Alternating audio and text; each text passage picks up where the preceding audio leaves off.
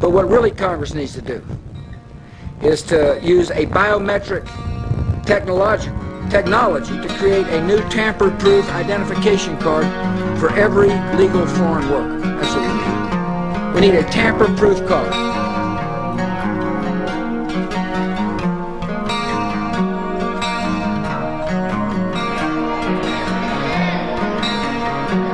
Have you read the bill? Have you read the reconciliation bill? Have you read the manager's amendment?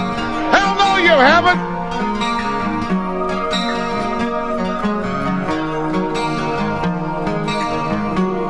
Tonight, a major operation is underway. We're being told that Homeland Security is involved. The Joint Anti-Terrorism Task Force also involved. We're here live at the Washtenaw County Sheriff where they've set up a command center. Multiple arrests have been made. Again, a major operation underway. We do not know, though, at this time who's being targeted, but this is very serious stuff. And after 1989, President Bush said, and it's a phrase that I often use myself, that we needed a new world order. I think a new world order is emerging, and with it the foundations of a new and progressive era of international cooperation. We have resolved that from today we will together manage the process of globalization.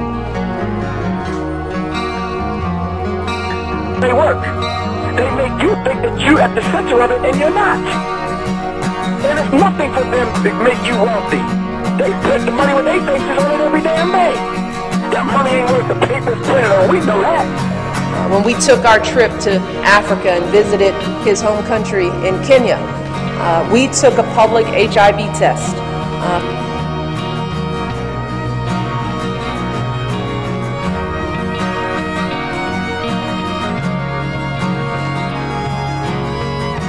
But until then, if you stop calling us Nazis and actually base it on principles, I would appreciate that.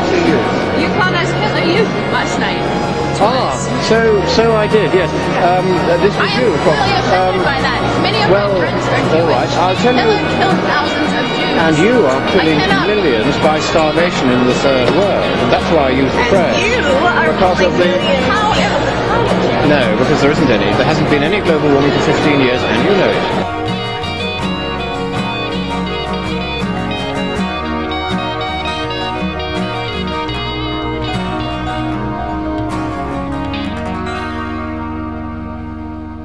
Hello, my name is Brion Venturini, and if you know anything about me, for the past 3 years or so, 3 or 4 years, I have been exposing, bringing real news, documents to the table of the global elite, known as the New World Order. Their practices in the occult, their practices in creating a one-world government, where they're taking our freedoms away and replacing it with so-called entitlement programs, which do nothing really but enslave us. And then what they do with it is they give us $1 or $2 from an entitlement program, where $30 to $60 goes to the private offshore corporate interest. And now I know you're probably thinking, well, Brian, that's just a conspiracy theory. Or, Brian, that's an something anti-Semitic, because of some of them happen to have Jewish last names. But don't kid yourself. There's also Gentile last names, Europeans, and so forth. But it has nothing to do with race, everything to do with elite class. You do what they want to do, you get put into their system. They accept you in.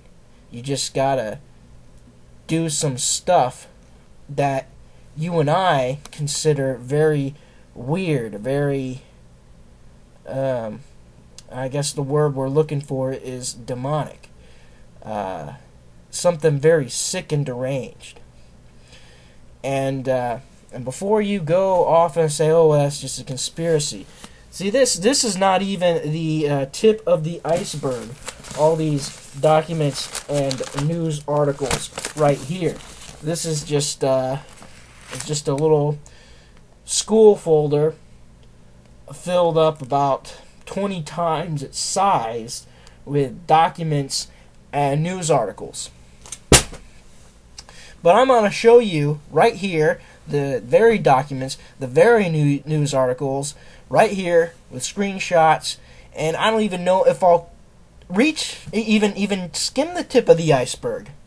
Maybe not even a foot into the tip of the iceberg, because it just goes so much deep. And when you start going down that rabbit trail, and you just realize that it's more involved than what you think it is. That we know that every 2 to 4 years in elections, that every politician in America is a supposed Christian, and then what they do out in the Bohemian Grove out in California, and then some of these other rituals and other secret societies groups. Skull and Bones is a good example. 3, 4 presidents have been members, 8 CIA directors, you name it. And then when defense secretaries resign, they get to be president of the World Bank. As you've seen with Robert McNamara, defense secretary under JFK and Lyndon B. Johnson, to Paul Wolfowitz, former secretary under George W. Bush.